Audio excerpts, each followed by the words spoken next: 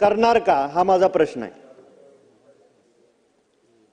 अध्यक्ष महोदय, डॉक्टर बाबासाहेब आंबेडकर कृषी स्वावलंबन योजनेच्या अंतर्गत आपण नवीन निकष या ठिकाणी शासनाने जाहीर केले आहेत.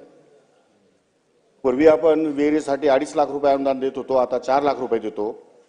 जुनी विहीर दुरुस्तीसाठी 50,000 रुपये देतो, आता आपण 1 लाख रुपये देतो. विनवेल बोरिंगसाठी 20,000 होते, त्याऐवजी 40,000 झालेले आहेत.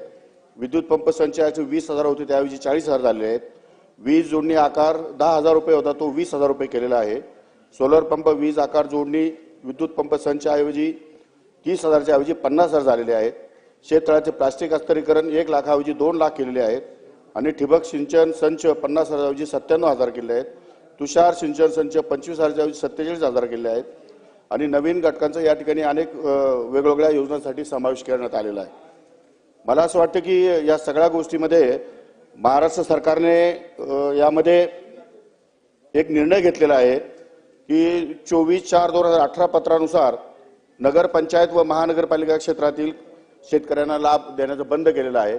त्यामुळे अशा प्रकारचा लाभ देता सध्या येणार नाही, कारण जिल्हा परिषद आणि पंचायत समितीचा एनओसीचा प्रश्न येणार आहे.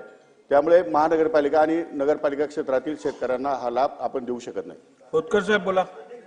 माननीय अध्यक्ष महोदय, मूळ प्रश्न तोच आहे. मूळ प्रश्न